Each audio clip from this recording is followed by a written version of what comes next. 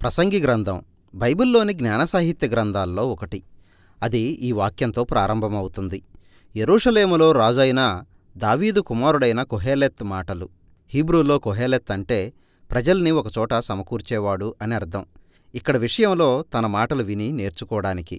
కాబట్టి తరచుగా దానిని బోధకుడు అని అనువాదం చేశారు. ఆ బోధకుడు దావీదు రాజు కొడుకు లేక అతని సంతానం నుండి వచ్చినవాడు అని చెప్పారు. కాబట్టి ఈ వ్యక్తి ఎవరు అనే విషయంలో విభిన్నమైన అభిప్రాయాలు ఉన్నాయి. చాలామంది ఆ వ్యక్తి సొలొమోను రాజు అని భావించారు.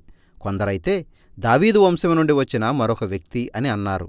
మరికొందరైతే సొలొమోను లాంటి వ్యక్తిత్వం కలిగిన ఆ తరువాత వచ్చిన ఒక ఇశ్రాయేలు బోధకుడై ఉంటాడు అన్నారు.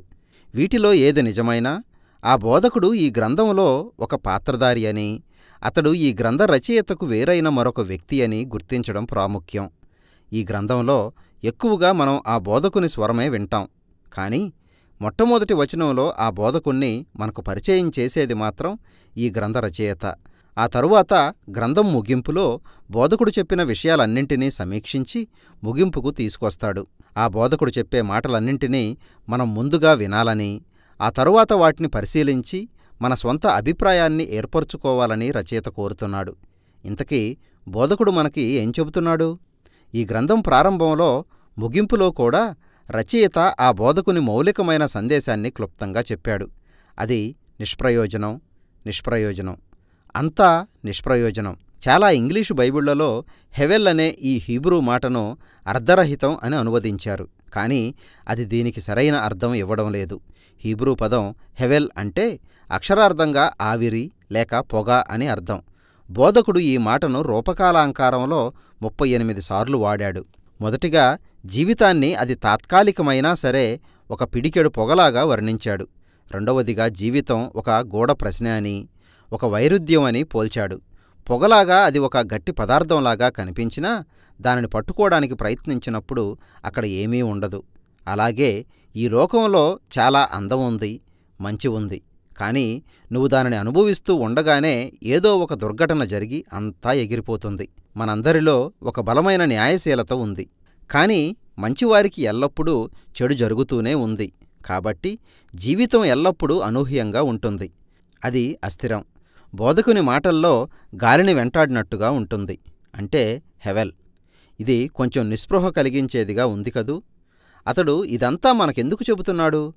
రచయిత ముఖ్య ఉద్దేశం ఏమిటంటే, ఈ లోకంలో దేవునితో నిమిత్తం లేకుండా మన జీవితాలకు ఒక అర్థాన్ని, ప్రయోజనాన్ని సాధించగలిగే అన్ని మార్గాలను అన్వేషించడం. బోధకుడు వాటన్నింటినీ కూలదోయడానికి అతడు అనుమతించాడు. అంతిమంగా చూస్తే మనం మన జీవితంలో అనిశ్చితమైన, అప్రాముఖ్యం అయిన విషయాలపై మన సమయాన్ని, శక్తిని వెచ్చిస్తున్నామని రచయిత భావిస్తున్నాడు. అందుకే వాస్తవం ఇది అని మనకి ఒక గట్టి పాఠం నేర్పడానికి బోధకుడిని అనుమతిస్తున్నాడు. ఈ విషయాన్ని ప్రారంభ, ముగింపు పద్యాల్లో స్పష్టంగా గమనించవచ్చు. అవి రెండూ కాలం, మరణం అనే అంశాలపై దృష్టి సారించాయి. నువ్వు చేసే పని, నువ్వు సాధించే కార్యాలు నీ జీవితాన్ని అర్థవంతం చేస్తాయని నువ్వు అనుకుంటున్నావు. కాబట్టి నీ జీవితమంతా పనిచేస్తూనే ఉంటావు అని ఆ బోధకుడు చెబుతున్నాడు. నువ్వు ఒక్కసారి ఆగి ఈ కాలగమనాన్ని పరిశీలించాల్సి ఉంది. మానవాళి చేసే పనంతటి వలన నిజానికి ఎప్పుడూ ఏదీ మారడం లేదు. మనం సాంకేతికతలో ఎంతో అభివృద్ధి సాధించాం.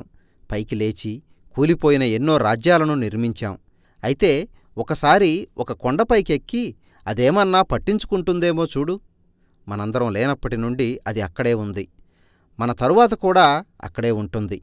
ఒక 100 సంవత్సరాల తరువాత నువ్వు చేసిన పనిని ఎవరూ గుర్తు చేసుకోరు. అయినా ఆ కొండ మాత్రం అక్కడే ఉంటుంది. ఆ సముద్రం కూడా ఆ ఒడ్డును రాసుకుంటూనే ఉంటుంది. సూర్యుడు ఉదయిస్తూ అస్తమిస్తూ ఉంటాడు.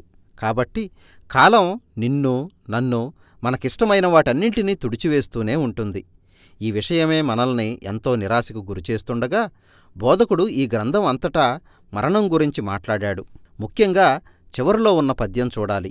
అతడు మరణం అనేది ఒక గొప్ప సర్దుబాటు కార్యక్రమం అని అన్నాడు. మన అనుదిన కార్యాల్లో చాలా వాటిని అది అర్ధరహితంగా చేస్తుంది. అది జ్ఞానుల్ని, బుద్ధిహీనుల్ని, ధనవంతుల్ని, బీదవారిని, నువ్వెవరివైనా ఏం చేసినా సరే అందరినీ మింగేస్తుంది.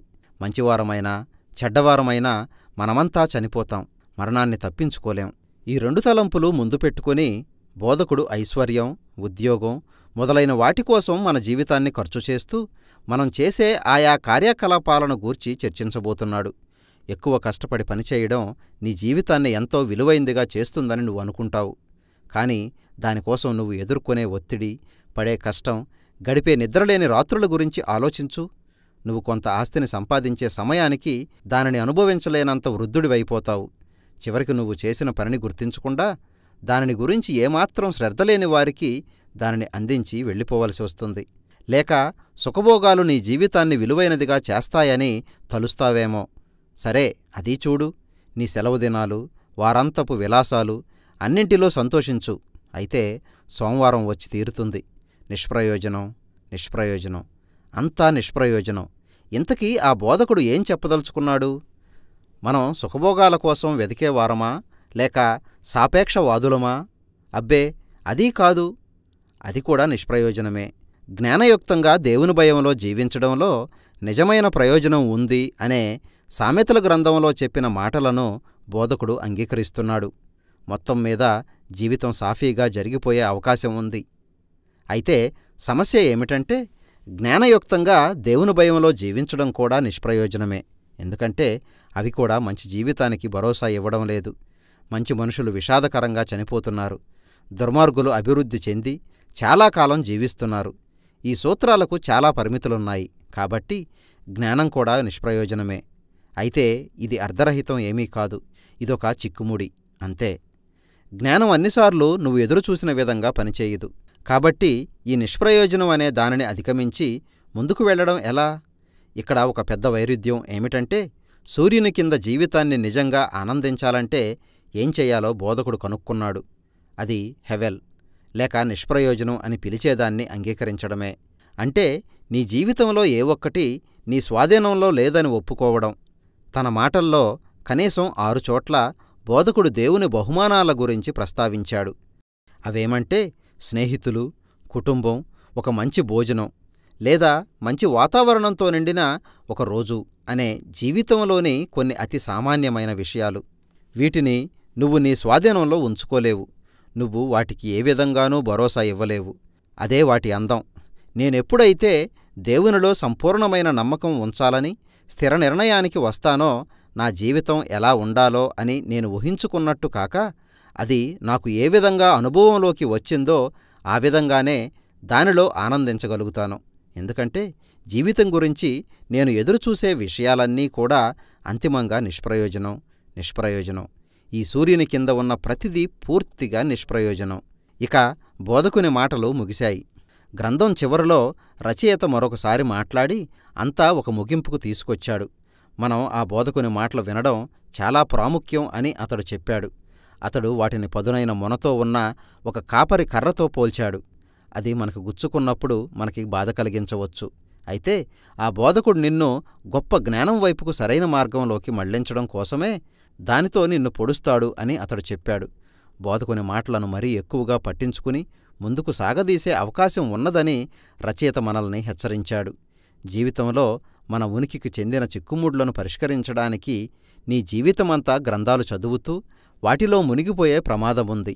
అలాంటి ప్రయత్నం ఏమీ చెయ్యకు. నువ్వు నీ గమ్యానికి ఎన్నటికీ చేరలేవు అంటున్నాడు రచయిత.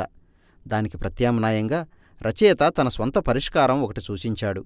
అది దేవునికి భయపడి ఆయన ఆజ్ఞల్ని నెరవేర్చు. మానవాళి చేయాల్సిందంతా ఇదే. ఎందుకంటే ప్రతి పనిని, దాచిపెట్టిన ప్రతి దానిని, అది మంచిదైనా చెడ్డదైనా తీర్పులోకి తెస్తాడు. కాలగమనం, మరణం నీ జీవితంలోని అత్యధిక భాగాన్ని నీ స్వాధీనంలో లేకుండా చేస్తాయని నీకు గుర్తుచేసి నువ్వు కలిగి ఉన్న తప్పుడు అభిప్రాయాలను సవాలు చేసేలా బోధకుణ్ణి ప్రోత్సహించాలని రచయిత భావించాడు. దేవుని తీర్పు గురించిన నిరీక్షణ, ఒకరోజున ఆయన ఈ హెవెల్ అంటే ఈ ఆవిరిలాంటి నిష్ప్రయోజకత్వాన్ని తేలగొట్టేస్తాడనే నమ్మకాలే ఈ జీవితానికి నిజమైన అర్థాన్ని కలిగిస్తాయి. ఆ నిరీక్షణ జీవితంలోని అనేక చిక్కు సమస్యలు నన్ను ఎన్నటికీ అయోమయంలో ముంచెత్తుతూనే ఉన్నప్పటికీ దేవుని ముందు నమ్మకమైన యథార్థమైన జీవితం గడపడానికి నన్ను బలోపేతం చేస్తుంది. ప్రసంగి గ్రంథంలో మనకు కనిపించే జ్ఞానం ఇదే.